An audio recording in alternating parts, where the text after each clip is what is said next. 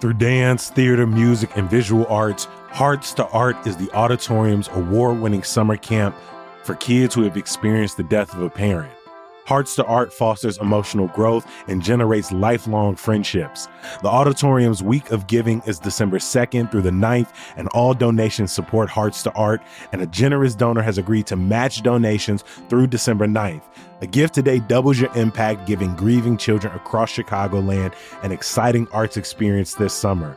You can learn more and donate at auditoriumtheater.org.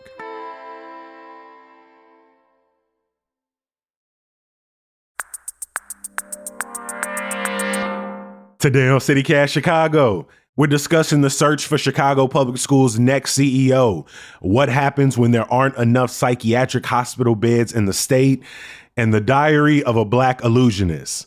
It's Friday, December 5th. I'm Jacoby Cochran, and this is what Chicago's talking about.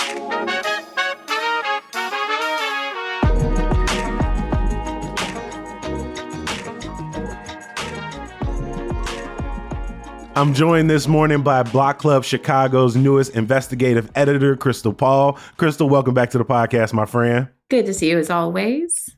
We've also got Chalk Beat Chicago's CPS reporter Rima Amin in the building. Rima, how you feeling, my friend? I'm doing okay. It's always good to have y'all with us. We appreciate you. Before we jump into the stories, if you don't mind, I want to talk directly to the listener today. Welcome. We appreciate y'all being here, listening to CityCast Chicago, whether this is your first episode, 100th or 1,000th. We appreciate all the support you show to the podcast.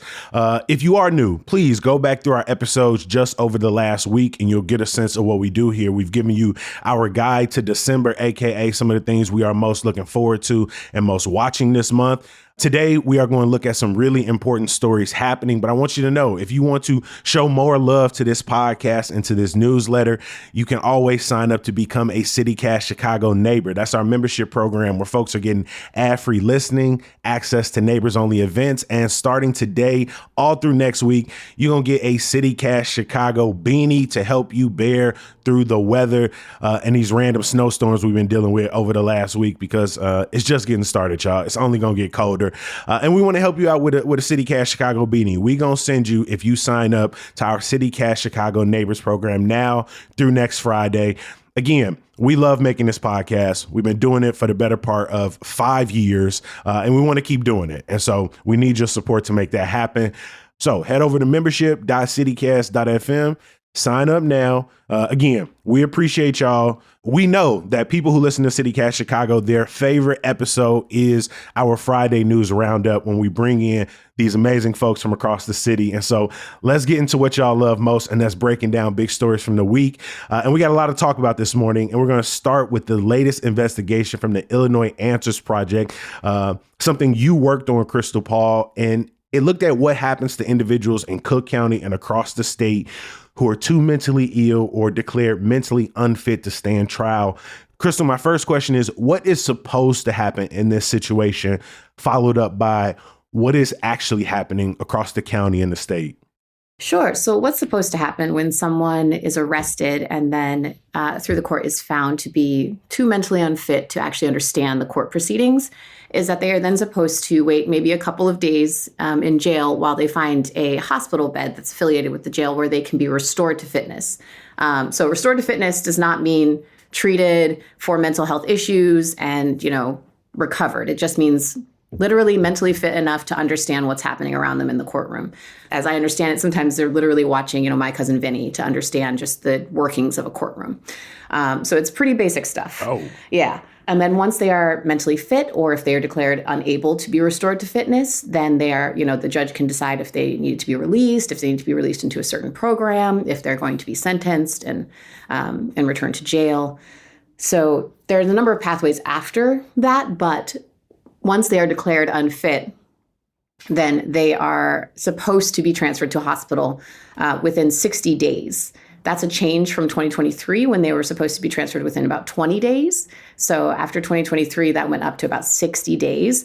And what Meredith Newman, the reporter on this, found was that even after that change to 60 days, many people, about 85% of people who were found unfit in Illinois, were waiting more than 60 days for a hospital bed. So they're just in jail, unsentenced, waiting for a hospital bed where they can be restored to fitness so that they can actually stand trial and be sentenced. It sounds like the standards for not only transferring someone from a jail to a hospital, but also what it means to declare someone to restore to fitness. It sounds like though all of those standards to this point are as minimal as possible. Like they've given you longer to transfer someone. The standards on what it means to maybe declare someone fit again and sort of move them out of bed and bring someone else in have been lowered. But what's happening in the county now? How long are people waiting, and what are the consequences of that? So I don't have the Cook County specific numbers, but statewide, basically people were waiting a median of about 45 days in 2020. And then that went up to 113 days in 2024. And now it's about 78 days in 2025, given the numbers that, we had up until then. I think it's about halfway through the year, roughly. A lot longer than 60 days. 18 days is not an insignificant time for someone who's mentally unwell to be held in a jail cell, especially without them having been sentenced for a crime. And many of these people are charged with misdemeanors. And the maximum sentence for misdemeanors tend to be pretty short. So sometimes these people are waiting longer than their sentence would have been in jail. And you already mentioned they're not necessarily being sent to a psychiatric hospital where they're going to receive treatment. And so I assume they're not receiving this treatment while they're waiting, whether it's 60 days, 78, or, over 100 days. And so what's happening to people while they're either waiting in jail to be transferred or soon after being transferred? I know Meredith covered the story of Kayla Evans. Yeah. So Kayla Evans is a particularly tragic story. Kayla Evans had severe mental disorder, and she was waiting in jail for almost 3 months, I believe. And she ultimately died while she was waiting for a hospital bed. Her mental capacity just continued to decline.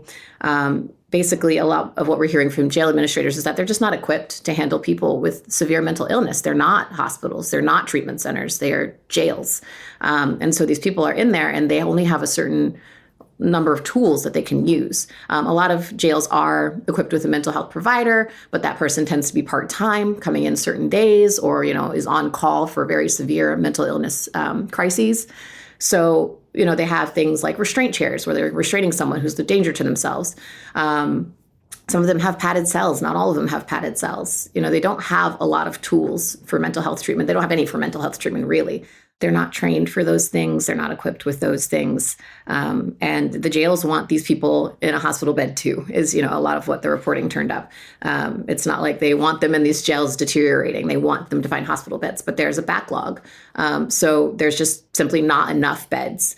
And there are some pilot programs that have tried to fix this by opening up specific centers specifically for this purpose.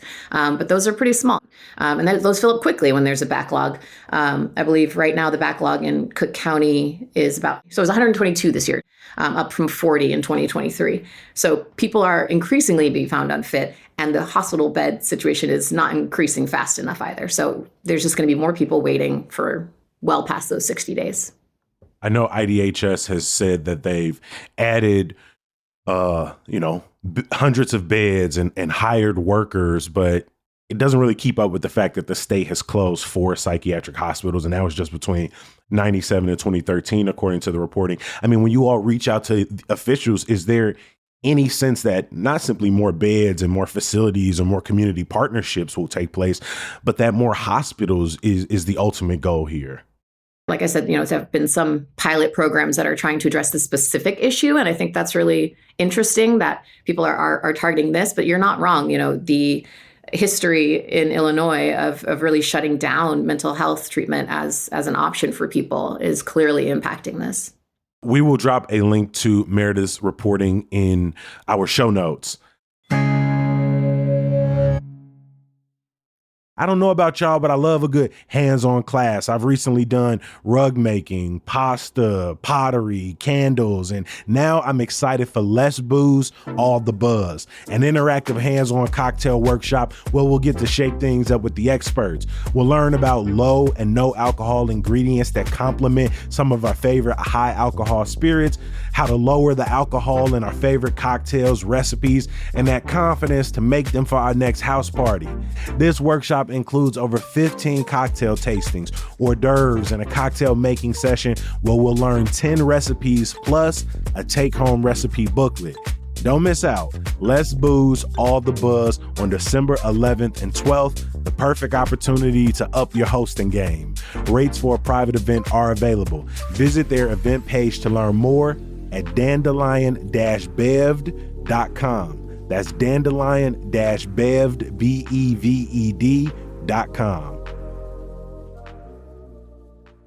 The holidays are nearly here, and if you're looking for something to do with the entire family in downtown Chicago that's part festive but also allows you to get your caroling on while being warm inside, join Uniting Voices for Winter Glow.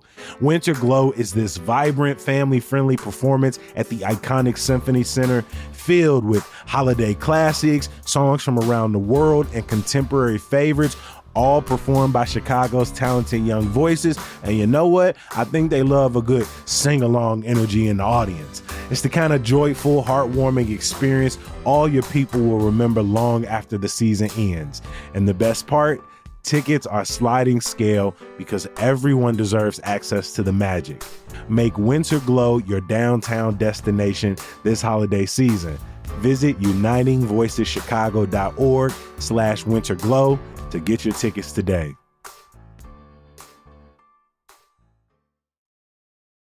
Rima, while Chicago Public Schools are preparing for winter break, the search for a permanent CEO is ongoing. Last time I checked, the school board was interviewing finalists. This is obviously just one of the many major vacancies the city needs to permanently fill. So Rima, where are we in the school board's process to name the next head of CPS? Yeah, so the short answer to that is I don't know, and there's a few reasons for that. So earlier this year, the former CEO who was fired without cause, Pedro Martinez, left the district around June. But by then, this hybrid elected appointed board had decided on a process to find their new CEO. And so that involved getting feedback from the community, doing a survey, doing kind of the types of things that haven't really happened in a CEO search in previous years because the board was fully controlled by the mayor. And it was usually a decision that was kind of made by the mayor, maybe with some board input. So they start on this process that they called, transparent and open to the public. And by the fall, they had hired a search firm and they had started narrowing down folks that they were interested in, and were lining up for interviews with the school board. And so by November, news broke that the board had settled essentially on 2 finalists, and those people would be interviewed by a secret community panel of people in the public, community members, teachers, students even, but those names were not released publicly. And then those 2 finalists would also face additional interviews with the school board as well as the mayor. So after that news broke, both we and the Chicago Sun-Times found out the names of the finalists. We reported that one of them was the former school's chancellor in New York City, Misha Porter, who led the school system during part of the pandemic. And then the other finalist, who the Chicago Sun-Times confirmed, was the Denver current superintendent, Alex Marrero. After that news broke, it was reported that, Marrero sent out a statement saying that he was committed to Denver public schools. And so it became unclear if he was still even in the running for the job. And that following week, around the middle of November, the board was supposed to essentially have these, additional interviews I talked about with the two finalists, and it never happened. And so there was kind of this question floating around in the air of, what's going on, because at this point they had planned to choose someone essentially. So fast forward to last week, a school board member, Michaela Blaze, who is the appointed school board member representing part of the West Side, she said during an unrelated press conference that the board is kind of rethinking the search process. I called board member Jessica Biggs, who's an elected board member representing part of the South Side and, South Loop area.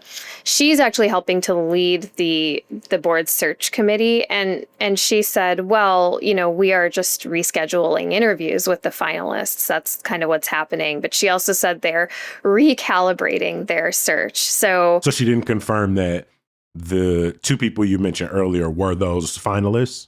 No, she did not confirm that those were the finalists. She just said they're rescheduling. And she also wouldn't confirm, neither would Blaze, about what the timeline is now. When do you all expect to have someone? Or even if these two finalists are the remaining finalists. As you've been following this entire process, as these first two names started emerging, has there been any sense that people are frustrated that neither of them are a Chicago Public Schools insider or a former teacher or just someone with kind of direct Chicago ties? Yes. So there is a former Chicago Board of Education member. His name is Dwayne Truss. He is a longtime education advocate, kind of in this space for decades, really. Was there during the school closings, prominent advocate on the West Side.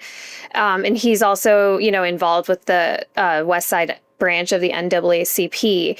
He came out with a statement saying that, speaking on behalf of these various organizations he participates in, saying that, first they were frustrated that the current interim CEO, Macklin King, did not make it to the finalist round. She did put her name in the hat there, but did not make it to that final round. And then he also said once the names leaked, he said that, him and his organizations are very frustrated that neither of these folks are from Chicago. They're not Chicagoans. And he gave some examples of folks who came from other cities who failed. Barbara Bird Bennett is an example that he gave to me. She was eventually, I believe she came from Ohio. She eventually was convicted of, bribery charges. He gave other examples, and I certainly don't want to link just because you're an outsider means you're going to come here and fail. But I think what Dwayne said is probably something, a fair number of Chicagoans feel like we are very proud of our city. We're proud of the people here. And when you're moving to a fully elected body, I'm sure there's a sizable number of people that are like, let's get one of our guys in the CEO spot, right? There's plenty of people who are fit to do the job. So that definitely was a frustration. And I will say that, when it was reported that there were two finalists, but we didn't know the names yet, we heard some pushback from the Chicago Teachers Union saying they were frustrated that the names weren't made public, even though the board had said months prior that they were not going to make these names public. And the teachers union later said that, state law actually says the mayor should be choosing the CEO. So it was and then of course, Dwayne's group also shared a lot of frustration. So it was after that that this process kind of, from the outside looked like it was coming undone. And now it's unclear where it stands. I think that if it is true that they are rescheduling finalist interviews, I wouldn't be surprised if that will all wait until after Christmas, New Year's. We have no sense of the timeline, but it seems like a couple of things could happen. It could be true that the two finalists we reported were finalists are actually still in the game and will do their interviews, and maybe we'll have an answer by January or even late this month. There is a school board meeting scheduled for December 18th, so you never know. The other idea is this idea that the mayor may have the authority to choose a CEO. We've talked to legal experts about this. It seems that while some lawmakers actually say that, yes, the mayor still retains the power to choose a CEO until the board is fully elected, that could also be something that we see. But we haven't quite heard interest from him yet to explicitly do that. So we don't really know exactly where this will go towards the end of the year, but we know one thing that really can't and probably shouldn't wait to the end of the year is getting a city budget passed. The expectation is that at some point over the next month, a $16.6 billion city budget for next year will be finalized and approved through city council. But we're not there right now. But the school board is some people on the school board are speaking up and letting their thoughts be heard on this, Rima. What do some members of the board have to say? Yeah, so some members of the board, several of them who are generally aligned with the mayor, and then a couple others who just support, his proposal, last week had a press conference where they pushed for aldermen to pass the mayor's proposal, which I think is I think they're starting from square one after that finance committee vote, but part of this is the CPS budget is separate from the city's budget, but it does get considerable support from the city budget. And most significantly, CPS's budget, which has already been passed for the new fiscal year, includes the assumption that they are going to be receiving $379 million in TIF surplus dollars from the city, which is roughly the same amount that they ended up getting last year. So that's what that projection is based on. The city budget is the mayor's proposal. Rather, he wants to declare $1 billion in TIF surplus. Roughly half of that would go to CPS, which means it's even more than the school district has assumed in its budget. And that extra money would help the district pay the city back for a pension payment that the city covers. So it's kind of, I think, is probably viewed mutually beneficial for both the district and the city. You get your 370, we get our 170-ish back. Exactly. And so these board members are pushing for the mayor's proposal, but they're also saying that, if we don't, there's going to be huge cuts at the district level, which isn't actually necessarily true. If they get their 379, the district's probably good. If they get less than that, then yeah, they're going to have to find ways to cut or ways to make up that cost. The biggest sticking point isn't necessarily that TIF money. It mostly goes back to the alder's position on the corporate head tax that the mayor is proposing. And a number of advocacy organizations across the city have come out and really stated that this is a decision between service cuts, increasing taxes, fees, and fines on Chicagoans, and raising taxes and fees for, the top 1.5 to 3% of Chicago corporations. And, the pushback from alders that is essentially a job killer. And so there is this pushback. And I think the mayor has smartly positioned this as a choice between saddling Chicagoans and asking more of corporations. And this conversation it's really invigorated Chicagoans during this budget process in a way that I hope plays out a lot smoother than these last couple of weeks have shown. I think that's right. And I also, from what I know, I think the mayor's package, like the corporate head tax, that idea is to raise money for programs that are expiring due to, expiring COVID relief dollars, which is something CPS went through last year. And it was really, really rough on the district to figure out, how do we make up this money? But it sounds like he wants to use like those proceeds essentially from the head tax to help pay for, I think it's like youth related programs. Yeah, those kind of programs. And those are things that, he doesn't want to lose. But it sounds like, it sounds like that's not, at least for some aldermen, that's not enough to do something like that. So I'm very curious to see what they'll land on, or even what they kind of trade at the negotiations table, and what they land on. We're going to continue to follow this process, not only on the podcast, but in our daily newsletter, Hey Chicago. And we're really only able to do that because of all of the work being done by our colleagues across Chicago's news and media landscape, folks that work at the very organizations that you all are coming from today. And Crystal, we've seen over the last few months just how much this city can get done when our newsrooms are in collaboration with one another. And throughout Operation Midway Blitz, alongside organizers, on the ground advocacy workers, Migrar watch groups, Chicago's newsrooms were coming together to not only track ICE and Border Patrol's inhumane and unconstitutional movement throughout our city, but also coming together to try to hold them responsible at the legal level as well, inside the criminal legal system. Can you kind of talk about this organization and this initiative over the last few months? Yeah, I mean, you said it. Newsrooms have really stepped up over the past few months. We're faced with an unprecedented situation. Chicago showed up, I think, in a very Chicago way on the people level, with whistles and a lot of angry things to say at people that we caught on video. But, newsrooms were out there every single day, following every single tip and making sure they were there when things were going down.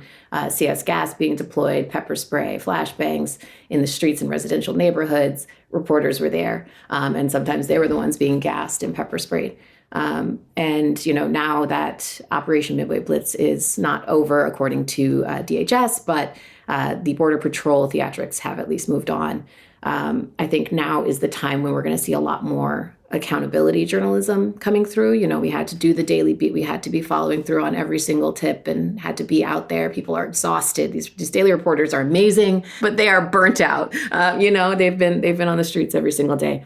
And I think now it's our turn. It's the investigative team's turn to step in. And, I personally have been, I popped my head up just for you, Jacoby, but I have personally been just like knee deep up to my eyebrows in documents and data and video footage, going through all of this and just trying to find the things that we missed the first time around, trying to put some numbers on this, trying to make clear what happened, why it happened, and how badly it happened.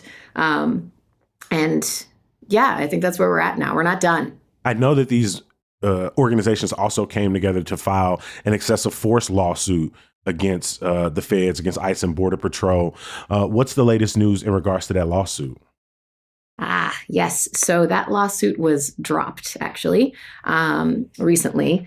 It was voluntarily dropped by Chicago Headline Club and the news organizations that had banded together to file in the first place. Just for context, that lawsuit was several news organizations in Chicago saying, hey, Border Patrol is using unnecessary force by deploying gas and pepper spray against protesters and media. So it was a measure to protect journalists who were being tear gassed. Judge Sarah Ellis issued an order telling Border Patrol to stop doing that, essentially, unless it was absolutely necessary to stop someone from physically harming someone else.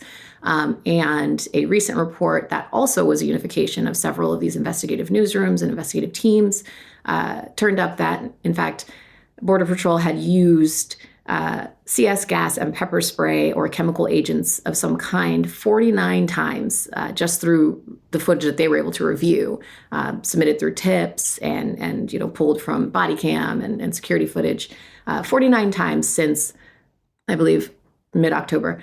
I believe the majority of those uses came after Judge Sarah Ellis's order to stop using tear gas unless absolutely necessary. And when you review this footage, you see that for the most part, they're using these against peaceful crowds, or at least crowds where it was uncertain if there was any actual threat, as had been claimed by Bovino in his deposition, the same deposition where he admitted that he lied multiple times about what was happening. To be clear, hey, I want to say thank you to all of the Chicago journalists who have been out there, who have been documenting, as you have pointed out. You talk about sort of being in the thick of kind of really laying out everything that happened. What do you think are next steps moving forward? I know that Block Club in particular has some plans to, again, go back through a lot of what happened. We're always able to turn up more documentation, more footage, more things where we can try to reveal more of the answers to what happened, right? We have the accounts of Bovino and the Border Patrol. We have accounts of protesters. But when we can independently verify that through footage and actually see what happened, that's when we can really hold power to account, and we can just get out there and tell the truth. We have the footage, we have the photojournalists out there with photographic evidence of Bovino throwing the gas canister, and no evidence of anything flying his way, and see exactly what happened, and just continue following this. It's not over by a lot. There are still detainments happening, for example. We still don't have eyes on Broadview. There are a lot of unanswered questions, and I think it's time for investigative journalists to jump in and find out what's going on.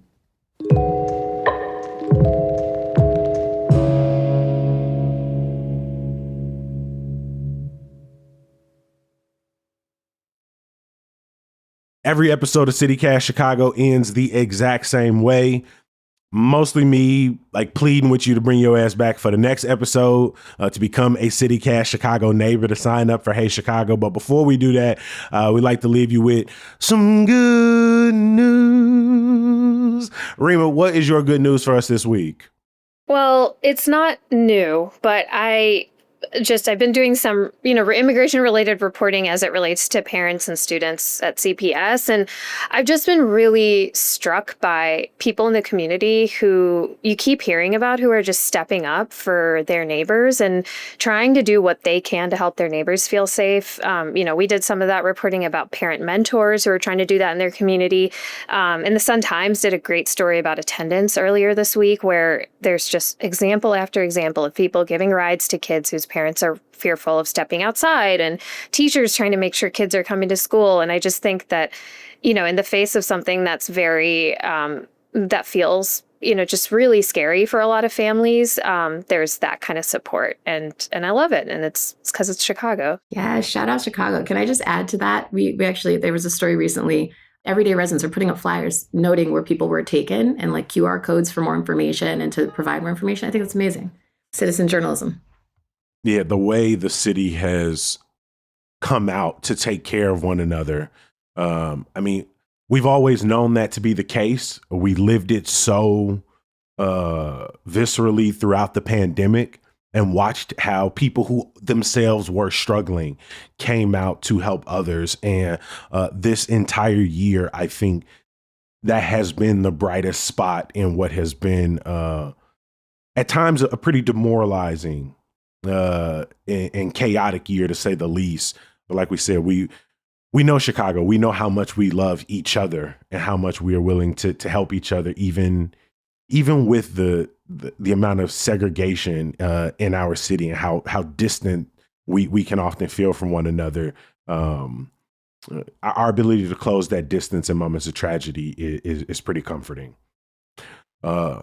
Crystal, over to you. What is your good news for listeners today? Well, my good news is it's seemingly random based off of the topics we've talked about today, but I couldn't help noting it. Again, Colin Boyle's beautiful photos. I feel like I'm always on here shouting out Colin Boyle's beautiful photos, but the man takes good photos.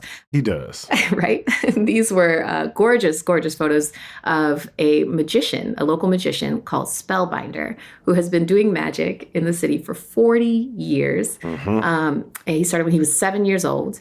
Yeah, West Side legend. And yeah, yes, right. But he didn't get his flowers until pretty recently, when last Christmas, I believe, he went and he was hired for a birthday party. Typical magician thing. Then, he's at this birthday party. He splits a dove into two identical doves. He does this on camera, and they catch this on camera. He goes viral.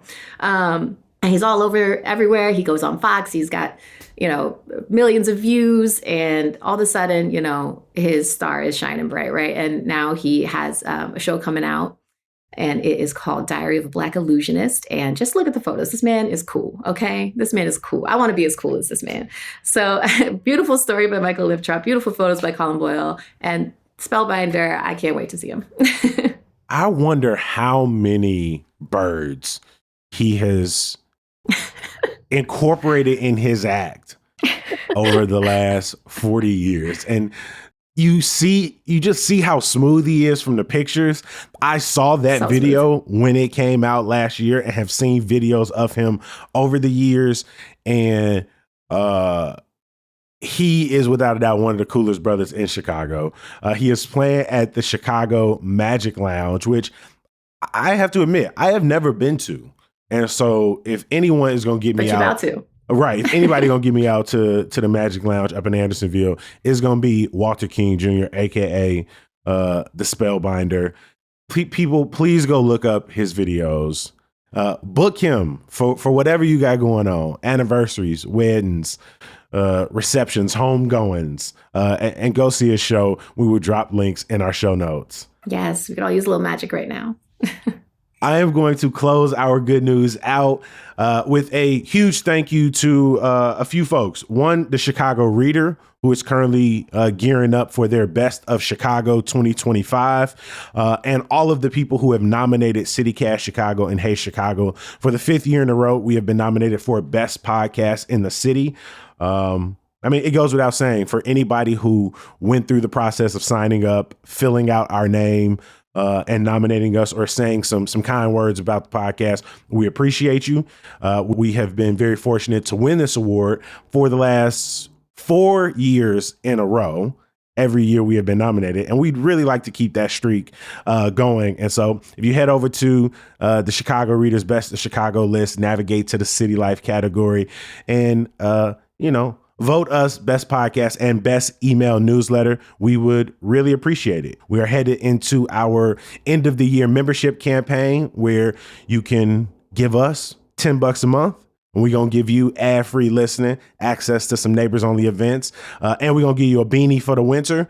So head over to membership.citycast.fm, sign up now, and again, keep sharing this with your friends and family. Keep calling in. This is just another way that you can say you appreciate, you love us, show us a little bit of support, and make sure that, we can grow this thing. I don't think we've reached nearly as many people over the last 5 years as we can over the next 5, and we're going to need all your help to do it.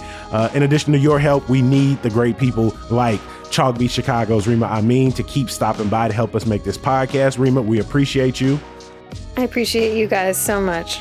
And Block Club Chicago's newest, Crystal Paul, thank you so much for stopping by as well. Always a pleasure. Always a pleasure, Jacoby.